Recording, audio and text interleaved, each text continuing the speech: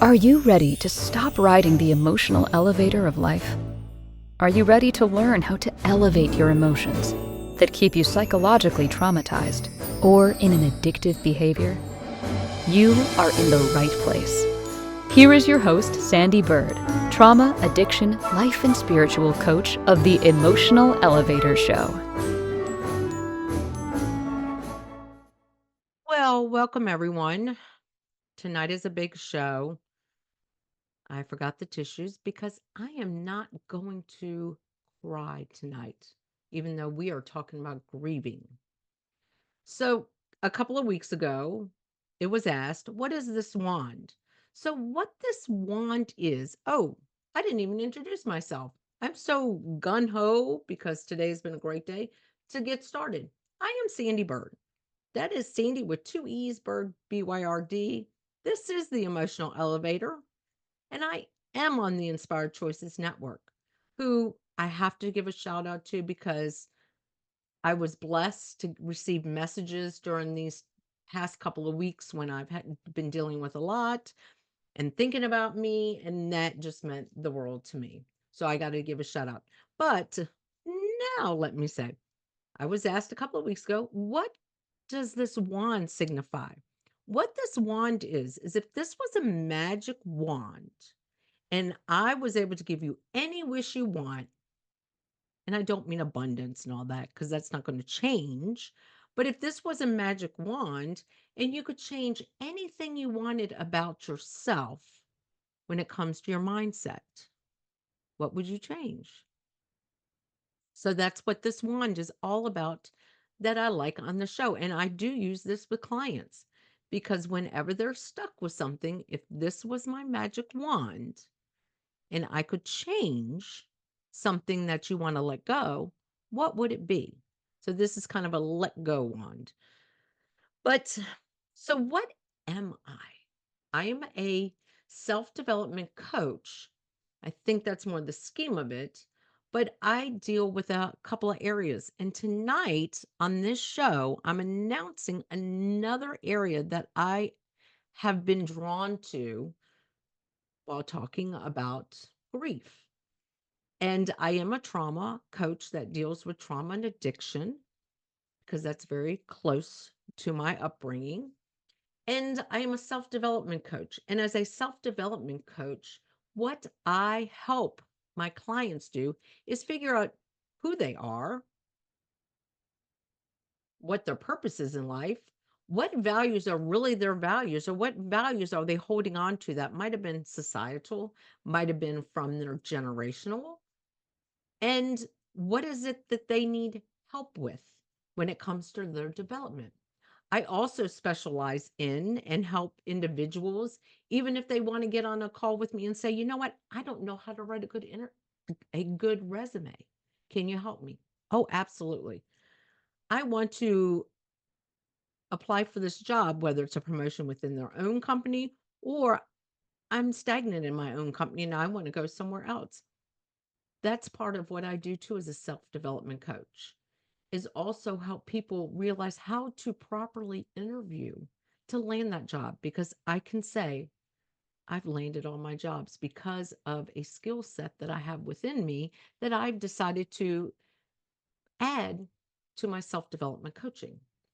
I am also a midlife coach because, as we all know, when we start reaching this golden age of 50, and I learned through my mother-in-law, who this is what this show is about, just passed away at 100 and a half, that I have could still have 50 more years to live. Did I want to stay in the role that I thought I was in? Did I want to recreate who I am? And did I decide at 50 to stop giving a blank? Because that's kind of what I figured out in 50 is I started really working on myself drastically to start realizing that all that trauma and everything I drug through to 50, I'm letting go. So that's another form of coaching. But I've decided to help individuals recreate their life through grief. And that's why this topic tonight is such a big topic for me because I had, and how did I decide on that? So years ago, when I decided to go into coaching, I did coaching for death doulas and grief. And I said, you know what? This area is never going to be for me. Grief has always been centered around trauma in my life. Well, now I get to grieve in a way that is healthy, healthy grieving. Kind of sounds like a conundrum, doesn't it? Well, anyway, tonight's show was all about grieving. And I'm going to read you what this show is going to entail. So, grieving is a journey that looks different for everyone. No one's grief is better or worse than another's. It is a deeply personal experience that can be accompanied by trauma. Through my recent grieving process, I realized that we all grieve differently. Do you know the stages of grief? Do you know how to recognize them? Do you know how to respond appropriately to someone who is grieving? So that's what tonight's show is about. And I can tell you the one thing I've learned over the years from being very young and dealing with grief to now being an adult and dealing with a lot more grief is don't ever, and I'm going to say this, walk up to someone and say, I know what you're feeling, because you don't. You have no idea what someone's feeling when they're grieving. So that is the first thing I want to tell people. It's the same thing as if someone had been gone through a trauma. Would you walk up to them and say, I understand exactly what you're going through? No, you don't. And it's the same thing for grief. And another point I want to make is the stages of grief are the same as trauma because our brains see grief as trauma, as a trauma response. And a lot of people don't comprehend that or grasp that within themselves. That when you experience grief, whether you knew someone was passing away or didn't, you get a trauma response to that grief. Because unless you plan it, you're still going to experience that, oh my gosh, my life has changed forever. And I've been fortunate enough through this. So, the reason I'm talking about grieving, and I probably should have said this first, was yes, the person I talk a lot about on my show passed away a week from Friday, August 2nd, 2024. My dear mother in law, Lily Mae Byrd, passed away. Um, it was expected. She was 100 and a half. She was holding on, but she realized that it was time. She was okay to let go. Everything she wanted to say, she said. Everything she did, she did. She lived through a lot of life: the Great Depression, world wars, political BS. She's lived through a lot. Vietnam. She has lived through a lot, and she finally decided to go home. And right away, before she passed away, I did get to experience one of the grief stages, which I will go over, and that was denial. See, my mother in law, I have been having a routine with for 2 years now, where I stepped up and decided to spend nights with her. And didn't matter of the challenges, and I'm not going to get into what I said at the funeral and stuff like that, but there was a routine. My life had a routine at this point. The only time I didn't stay there was when I traveled. I stayed on Thursday nights and Saturday nights. And I had a routine. And on Saturday nights, my husband would go over there for dinner and, have time with her. But then I would go over and sleep there because my husband has a very bad back. And for him, he just could not sleep. So I stepped up and said, I'll do it. But there was a routine. I knew every Saturday night, if I was in town, I would be staying there. Sunday mornings, I would get up with the caregiver when she came in and we would chit chat for a little bit. And then I'd go on and do my daily routine on a Sunday. And I realized 2 weeks ago that that routine changed for me forever. And it was consistent. And I knew that routine. So part of the first grieving phase I went through was that denial because a year ago she rallied. She was on death's door and she fought and she stayed here. And so I kind of started that denial phase where she's going to rally again. Well, then when she was kind of comatose, I kind of knew she wasn't going to rally anymore. So I did start the denial phase before the passing. But let's talk about these 5 or 7 phases of grief. The first one is denial. The second one is anger. The third one is bargaining. And the fourth one is depression. And the fifth one is acceptance. Now, if you talk about the 7 stages, shock and denial, anger and bargaining, depression, upward turn, which means changing, reconstruction and working through, acceptance and hope. Now, think about that. Think about all those: denial, anger, bargaining, depression, acceptance. What other stages are those for? If you don't know, those are trauma stages too. So think about this. When you are going through the grief phase, you're also going through trauma phases. And as I say, no one's grief is better or worse than another's. And what has been a challenge for me going through many passings in my life, many deaths, some of them very tragic, um, tragic by suicide, some of them by just death. You know, both my parents died of cancer, and there was some tragedy around that. But after almost every death with me, there was something that either was happening or happened that there was some form of trauma. So when it came to me grieving, my first thing was, okay, this happened. Now I need to push forward. I need to move forward. I can't stay in this. So I'm just going to push it down and I'm going to move forward. Well, a couple of people thought that that meant that I wasn't grieving, but I was.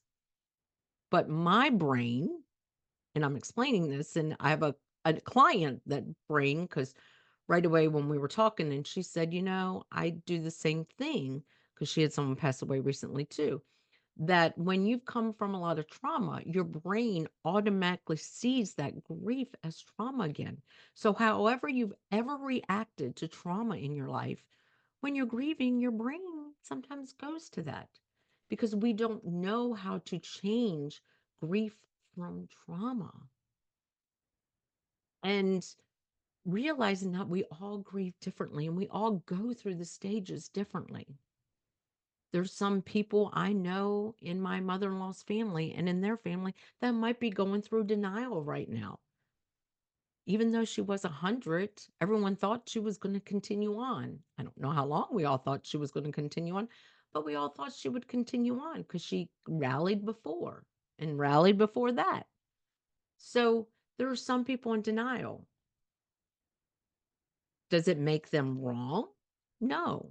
Does it make me wrong today because I woke up today and felt really good and positive and at peace with myself? Because should I be at peace with myself right now while I'm grieving? Is that okay? For me, it is. For you, maybe not. You might see that as, why is she at peace? But today, I went and did my normal Wednesday routines. And I did things and felt good. And I did dance parties and I did things that I always do for myself. And I had a great day. That doesn't mean tomorrow I'm not going to have a bad day. And it could be something strikes me because today, as I am going to an appointment and coming back, I'm like, okay, tomorrow I got to do this. And right after that, I'm doing this. I have, a meeting at 6. And oh my gosh, I got to make sure I get dinner because as soon as that meeting's over, I'm going to have to go. Where am I going? Where am I going? I don't go there now on Thursday nights. And it's been at least 2 Thursday nights since I've been on that routine, but my brain is still already saying, "Okay, we've got to do this." This past Sunday, Saturday night, I couldn't sleep at all because I wasn't used to being in my bed at all. I'd been in my bed maybe 3 times in 2 years. One, I think my husband had COVID, I was really ill, and then I was ill right before she passed, but the caregivers were already in the process because she was dying. So I had tremendous grief Saturday night that I could not even sleep. I'm in my own bed. But anyway, oh my goodness, it is time for this first break. Here I am just starting to get into grief and I'm missing out on a break. So we're going to go to break. And like I say, if you ever want to reach out to me on any social media platform, my name is Sandee with 2 E's. If you look for me on any social media platforms or YouTube or anything, it is Steenstra in the middle, my maiden name, and then the Byrd, Byrd. If you want to email me at sandy@emotionalelevator.com. But I also say email me on my business one right now, Sandee Byrd, those 2 E's, that Y in Bird, coach at gmail.com, because you get a more rapid response. And thank you for those that have listened and sent emails to me. That means a lot to me to have those conversations. We can also do a connection conversation if you would like to work with me. But we're going to go on that break. And I am so honored to be a part of Inspired Choices Network. So we'll be right back. Are you living a life of psychological trauma or suffering from an addiction? Are you ready to learn new techniques to elevate your emotions without sustaining or obtaining them from substances that are not good for your mind or body? Then continue to tune into Emotional Elevator with trauma, addiction, life, and spiritual coach, Sandee Byrd, where you will learn techniques to elevate your emotions that don't require a magic pill, food, or impulsive behavior. Listen to Emotional Elevator with Sandee Byrd, Wednesdays at 7 p.m. Eastern, 6 p.m. Central, 5 p.m. Mountain, 4 p.m. Pacific, on InspiredChoicesNetwork.com.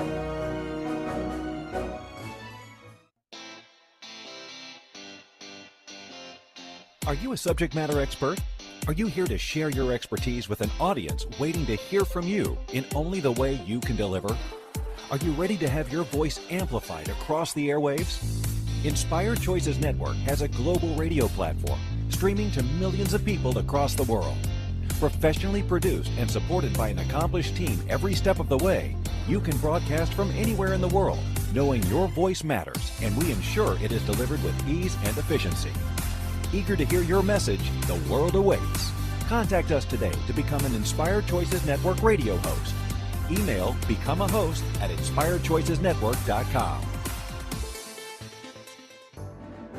This is Emotional Elevator with Sandee Byrd. To participate in this program, join the live studio audience in our chat room at inspiredchoicesnetwork.com. You can also send an email to sandy@emotionalelevator.com. Now, back to the program. Welcome back. You are joining me, Sandee Byrd, on Emotional Elevator on the Inspired Choices Network. This is my magic wand, and if I could use this wand to take away anyone's stages of grief, I would. And why do we go through those stages of grief? Because it's like our body sees grief as a trauma. Someone dying that we love, or even a friend that we associate with, someone we might work next to every day, and they pass away. We're going to have almost a trauma response because we don't understand. We don't understand why people die when they do. We don't understand that. It's a guarantee in life. From the day you're born, the next day, you know, we never know when death's going to happen. So that's why we consider it like a trauma. Because when we lose someone we love, even when sometimes we lose enemies, we still have the, oh my gosh, that could happen to me. Or when it's someone you know and it's their loved one or something, and then all of a sudden they're lost in life. And then you go, oh my gosh, that could be me. But remember, everybody handles trauma. Everybody handles grief differently. But no way is the wrong way. No way is the right way. And what I've learned over the years is it doesn't matter what you say to someone when they're grieving, it's not going to change how they choose to grieve or how their body processes grief. So you're better off sometimes not saying anything, but I'm sorry. I'm here if you need somebody, than to say, yeah, when I lost my dad last year, it was hard. That doesn't help. I'm just going to point that out. That doesn't help because you're trying to take away from their moment of pain. Think about that. If someone you knew was harmed, seriously harmed, would you walk up to and go, yeah, well, when I got a paper cut last Thursday, I felt the same way. You're not going to do that. So don't do that with grief because grief is totally different for everybody. And depending on the relationship with that person, you don't know the stages, and the stages aren't uniform. And that is another thing because a lot of people think, oh, you got to be in denial, then you got to be in the anger, then you got to be bargaining. Some people might even skip steps. And a lot of people right away start in bargaining. Oh my gosh, God, why would you do this? I mean, I would do anything to have my mother-in-law Lily Mae back. Bargain. But is that going to bring them back? Same thing as, and I'm going to bring this up, I've experienced it multiple times, the family drama. Does that help? What does that really help? If you're feeling good, you might be, somebody else might be now feeling worse. So think about that. When someone passes away and we're all worried about, oh my gosh, I want this, I want that, I want this, I want that, it still doesn't bring that person back. Yes, they're memories and momentums. And yes, I got things that my mother in law wanted me to have. I got things that my family willed down to me generation after generation. I have china, a lot of china. I had to buy a china cabinet when my mom passed away before she passed away because I knew I was getting 2 sets of china. Am I probably ever going to use that china? I don't know. I did one time, but like think about things as they change. But we take sometimes momentums to remind us of them. But all we got to do is think about them. And like I said, right now, today, I had a great day. And if I was out there, oh, I'm doing this and that, then there's other people that are saying, yeah, she must be happy about this because she doesn't have to go over those. No, I'm just at peace today. There's something that came over to me and I'm at peace today. Doesn't mean tomorrow I'm not going to be depressed and grieving differently. And that's the thing. I have more accepted it at this point.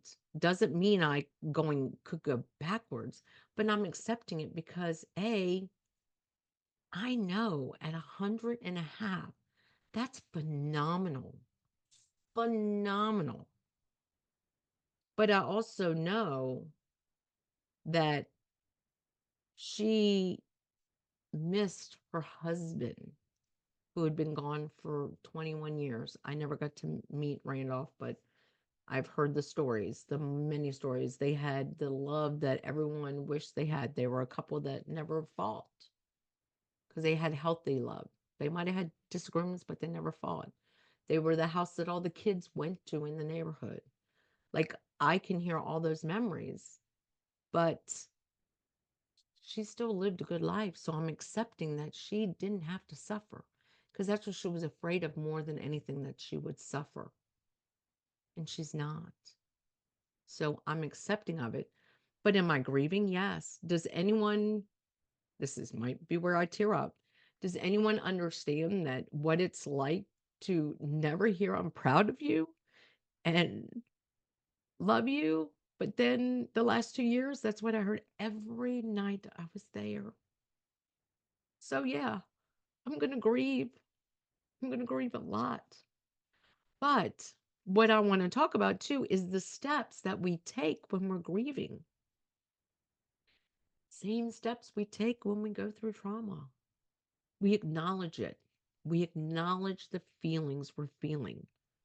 I had a great day and now I'm crying because I'm talking about her, because now I'm thinking about what I'm going to miss most is the conversations, those conversations that I never had with my mom, but I had them with her. And that's a lot. But at the same time, what am I going to think about when I do something amazing like yesterday? Signed a comp. I'm going to do laughter yoga for a big hospital group here, and probably we're looking at me doing the retreat and doing Lego Series play with them. But I went in there inspired because I started doing laughter yoga because of my mother-in-law. And I felt proud within myself. So my little brain said, I can just see her saying, I'm so proud of you. And now I can say it to myself. Did I need someone to really say it to me for me to be proud of myself? No. But when I never heard it in my life, and now I heard it for the last two years, I am going to grieve. And that's the point. Sometimes, and I'm not saying I didn't grieve for my own mother. I grieved for my own mother. But I also was thankful she didn't suffer. Was there moments where I wish she had? Oh, yeah. Oh, yeah. Anger moments. But she didn't suffer. When my dad passed away, he was in the hospital. He was at Duke University for 5 months. 5 months. Can you imagine? And what we as family did, driving back and forth up and down the East Coast, it's a lot. That's what I'm saying. We all grieve differently. Did I think my kid's father would die when he did? No. And there was trauma after that. And we had anger and disgust when he passed away because his wishes weren't followed. But now I get to healthy grieve and go through the process. But the big thing with the process is acknowledging it's okay to cry. It's okay to have overwhelming feeling of loss. It's okay to feel like a part of your heart got a little hole in it. That's okay. And it's okay if you don't want to be hugged. It's okay if you don't want the embracing right now because you want to guard yourself. That's okay too. because that's what I see a lot of is people see people grieving and they want to give them this hug and they're pushing them away, but you want to embrace them. No, you got to give them that moment. Let them protect themselves because, like I say, grieving is a trauma response too. So some people in the moment of grieving, like there was a couple of times with me, don't touch me. I don't want to hug. I just want to sit in my shit right now. Leave me alone. And it wasn't that I wanted to be disrespectful. It's the whole point that I wanted to protect myself in that moment because it made me feel secure. But then I realized that was a trauma response and maybe not a grieving response. Maybe I can let people in and heal my heart and grieve in a healthy manner. So it is time for our second break tonight. You have been listening to me on Inspired Choices Network. This is the Emotional Elevator, and I am Sandee Byrd. And like I said, if you're listening to me on any, or be hard if you're listening to me on all platforms at once, but you never know. I've listened to a couple of things on two different platforms. But like it, follow, share. If you know someone who's grieving and you don't know how to talk to them or anything, share this with them to let them know it's okay. And like, share. You can reach out to me on social media. You can reach out to me at my email at sandy@emotionalelevator.com. But like I say, you get more of a rapid response at Sandee Byrd Coach, and that's with two E's and a Y at gmail.com. Think all that could change one day. Yay.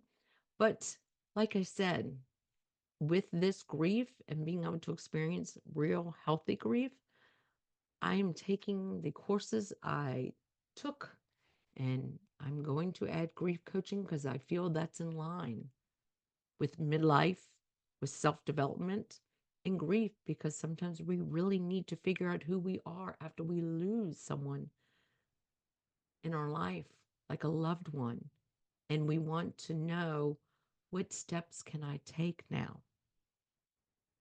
So we're going to go to that break, or I could just sit here and just continue to talk. So let's go to that break now. Are you living a life of psychological trauma or suffering from an addiction? Are you ready to learn new techniques to elevate your emotions without sustaining or obtaining them from substances that are not good for your mind or body? Then continue to tune into Emotional Elevator with trauma, addiction, life, and spiritual coach, Sandee Byrd, where you will learn techniques to elevate your emotions that don't require a magic pill, food, or impulsive behavior. Listen to Emotional Elevator with Sandee Byrd, Wednesdays at 7 p.m. Eastern, 6 p.m. Central, 5 p.m. Mountain, 4 p.m. Pacific, on InspiredChoicesNetwork.com.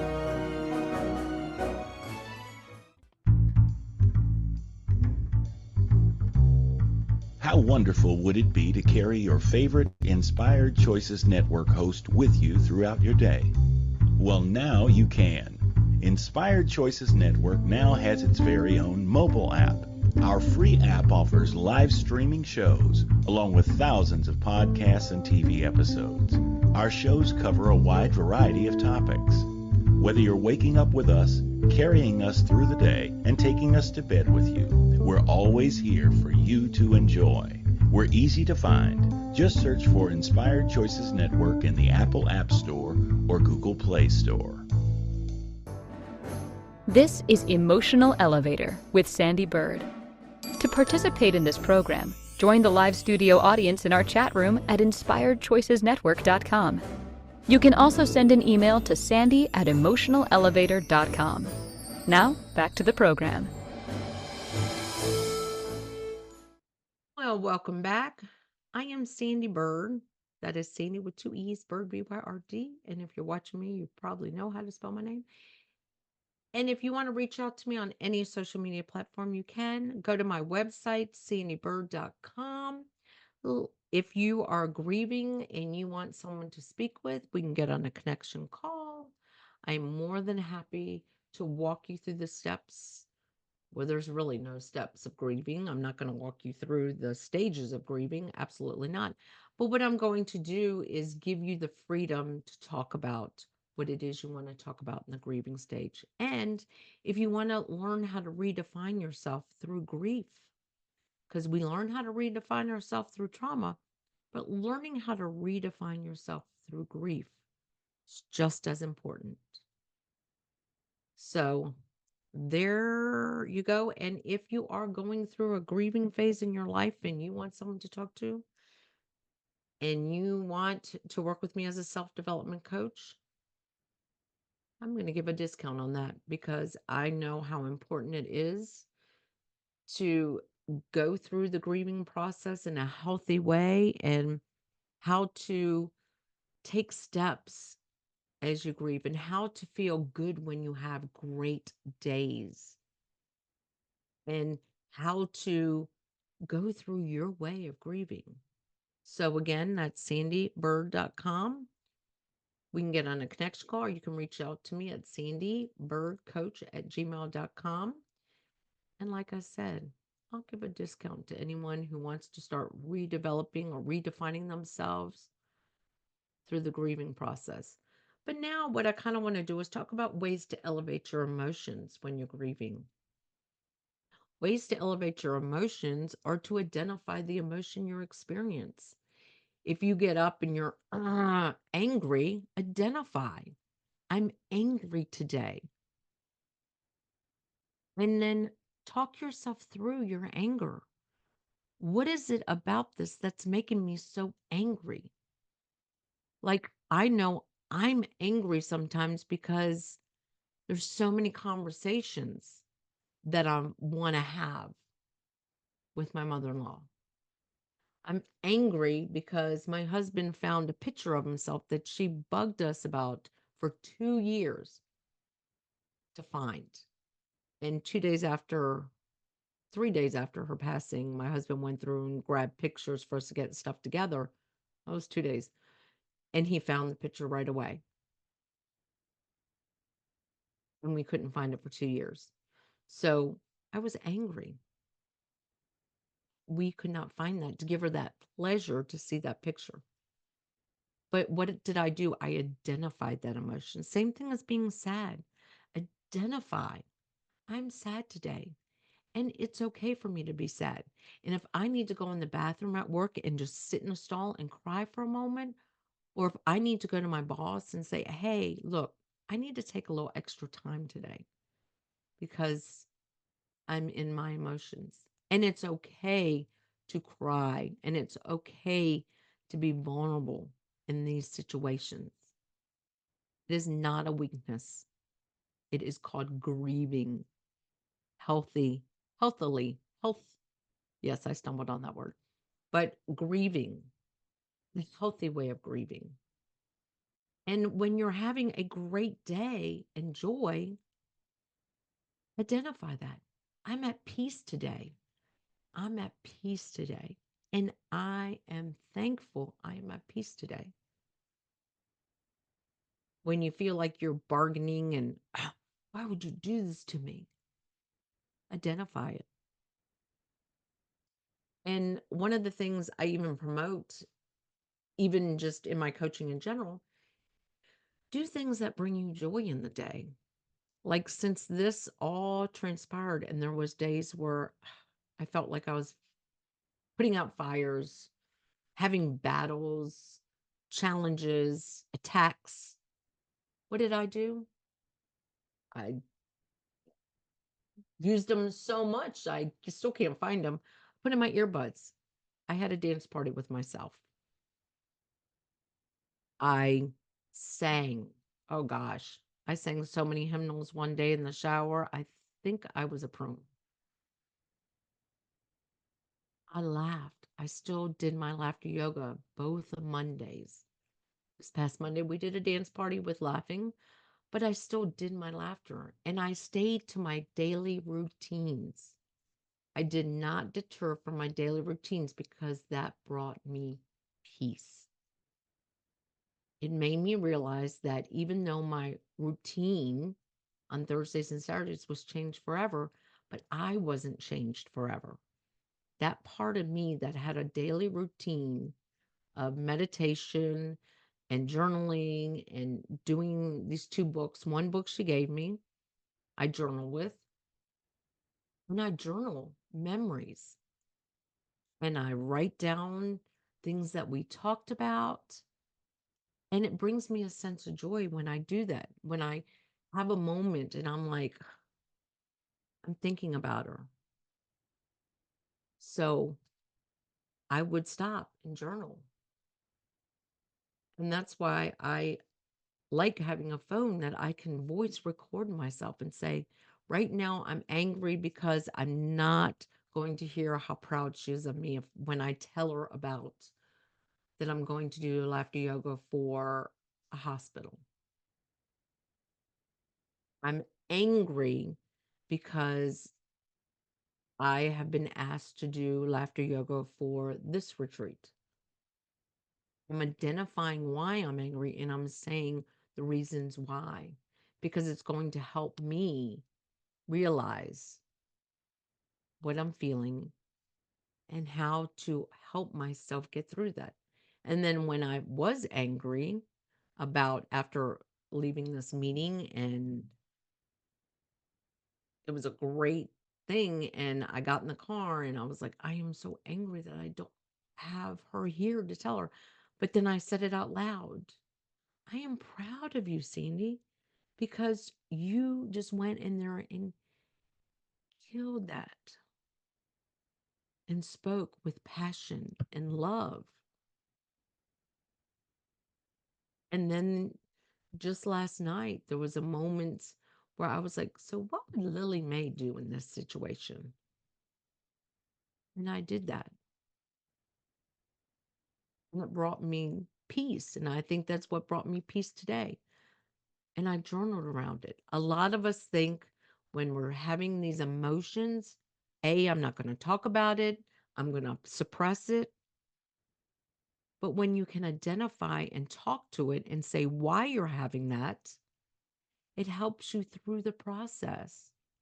And yes, I've only been grieving for almost 2 weeks, but I still realize that I'm doing it in a healthy manner by not saying, I'm just going to suppress it, just go push it down. No, I'm going to say, I'm going to feel it. I'm going to identify it. And why am I feeling this? What is it about this moment or this emotion that I'm feeling? And like I said yesterday, I left a meeting that I'm definitely doing laughter yoga for a hospital retreat, but I also might be doing Lego series play. And some of it I changed it and say, hey, look, we could do it this way. Yeah, yeah, yeah. And I had my motivation and I was angry because I couldn't go there and say, guess what? She didn't quite understand what the laughter yoga was about, but she knew that one of the reasons why I did it was because it was something that she did. We told jokes and had fun and realized that I wanted to have laughter therapy. But then working with clients and talking with clients, it's establishing taking those steps. That's the problem sometimes when we're grieving. We're afraid to take those steps. Sometimes we're afraid to be at peace. Sometimes we're afraid to let some of it go because then you feel like you're letting them go. You're not. I can tell you, I have people in my life from 30 years ago, 30 plus years ago, that I still think about and I still remember. And I wish I still had that friendship that's gone. When moments with my kids, and I wish that their father was here so he could take some of this and he could help with some of this. Still there. I have those memories. I have memories with my mom, the good ones and the bad ones. But you know what? I got through it. And that's what the whole grieving is it's taking those first steps and being okay to have a moment. And it, even if something comes up 2 years from now with me, it's going to be okay because I can identify it and work with it. And that's why it was such a blessing to have a client go through grieving when this started for me and kind of start giving her the steps to take. And now I'm realizing I gave her the steps that I want to take. And that's what's just as rewarding is I was already preparing myself for the steps for me to take because I was already giving those steps to someone else. And all I was doing was taking trauma steps and turning it into grieving steps because that's the same thing. But this person too now needs to figure out, who am I now? Because what she identified with is not who she is anymore. And getting into groups that can help her possibly bring peace, but it's when she will be ready. But just identifying, yeah, today I'm going to be angry and it's okay to be angry. Today I'm going to be happy and at peace and it's okay to be happy and at peace. But it's not okay. And what I've already talked about in the beginning of the show, and I'm going to go back to it, is it's not okay for us to tell people how they should feel, what stage they should be in, what they should be thinking in their grieving process. And it's not okay to think that you can step over boundaries during the grieving phase. Because that's another part of grieving too, is sometimes we set strong boundaries up because we're trying to protect ourselves in a moment of loss. Oops, I'm sorry if that was making noise. In a moment of loss. I'm setting up a boundary around my heart right now because I'm in a moment of loss. So respect that with me. Don't try to tell me that I should just be embracing. Maybe I don't want to embrace right now. And it's okay because that's the way I want to handle it. Doesn't mean that my husband might want more hugs right now. And that's okay. Because that's his way of grieving and this is my way of grieving. And neither one of our ways of grieving are better. Same thing as my client that I was talking about. She struggled with people coming up and saying, I'm sorry. So I told her, point that out to people. Tell them, I don't want to hear that right now.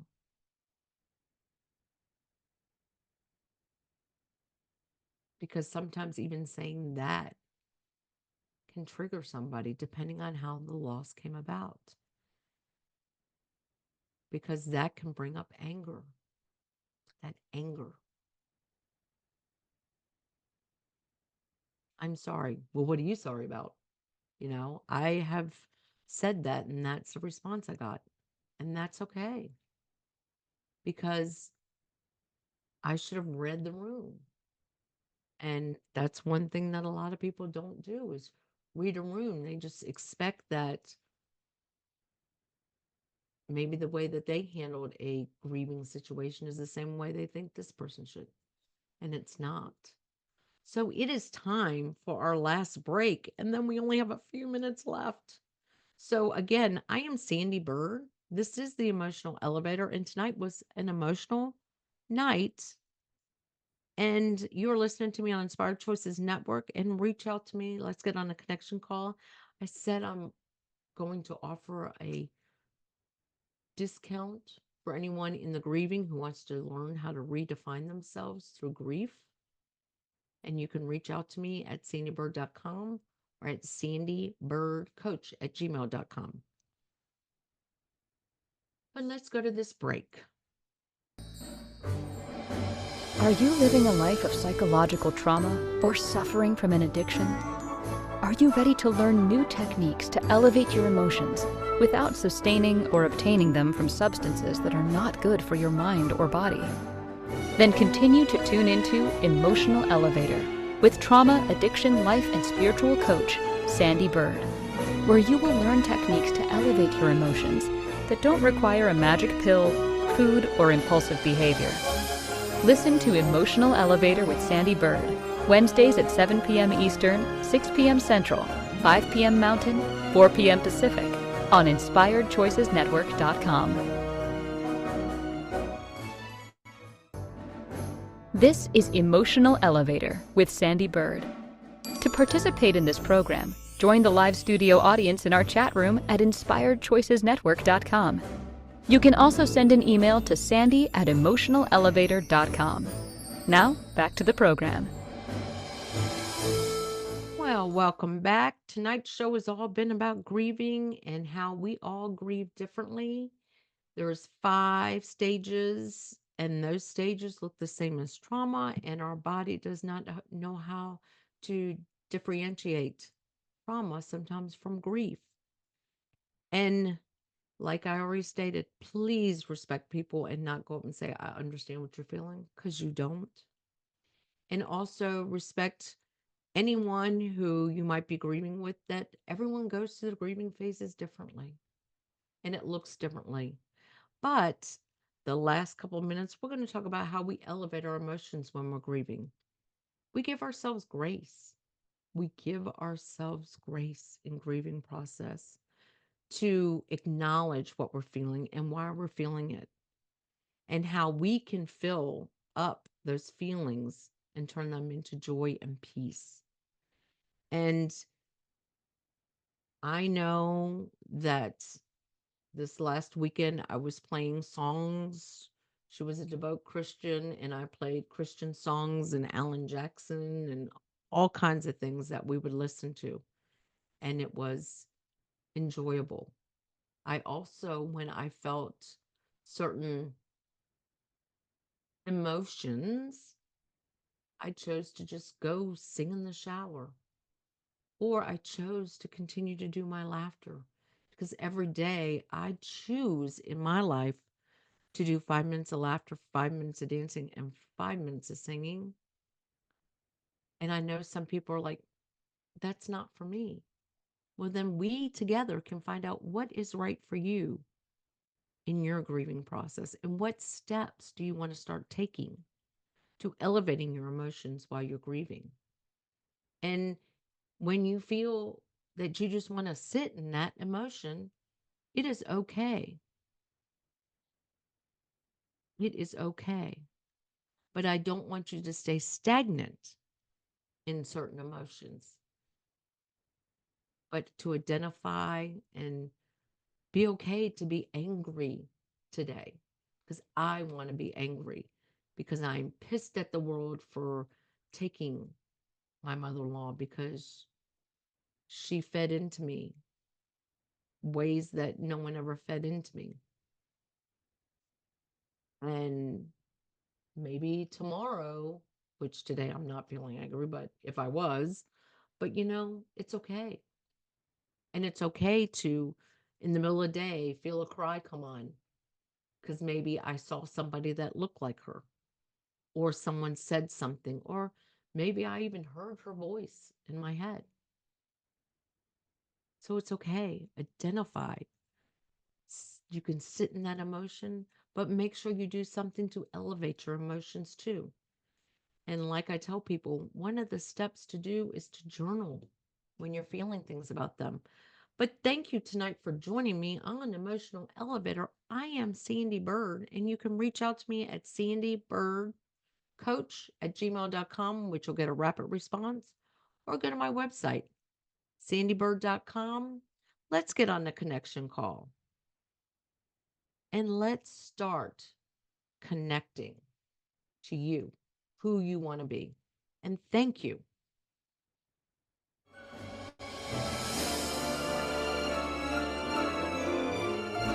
Thank you for listening to the Emotional Elevator Show.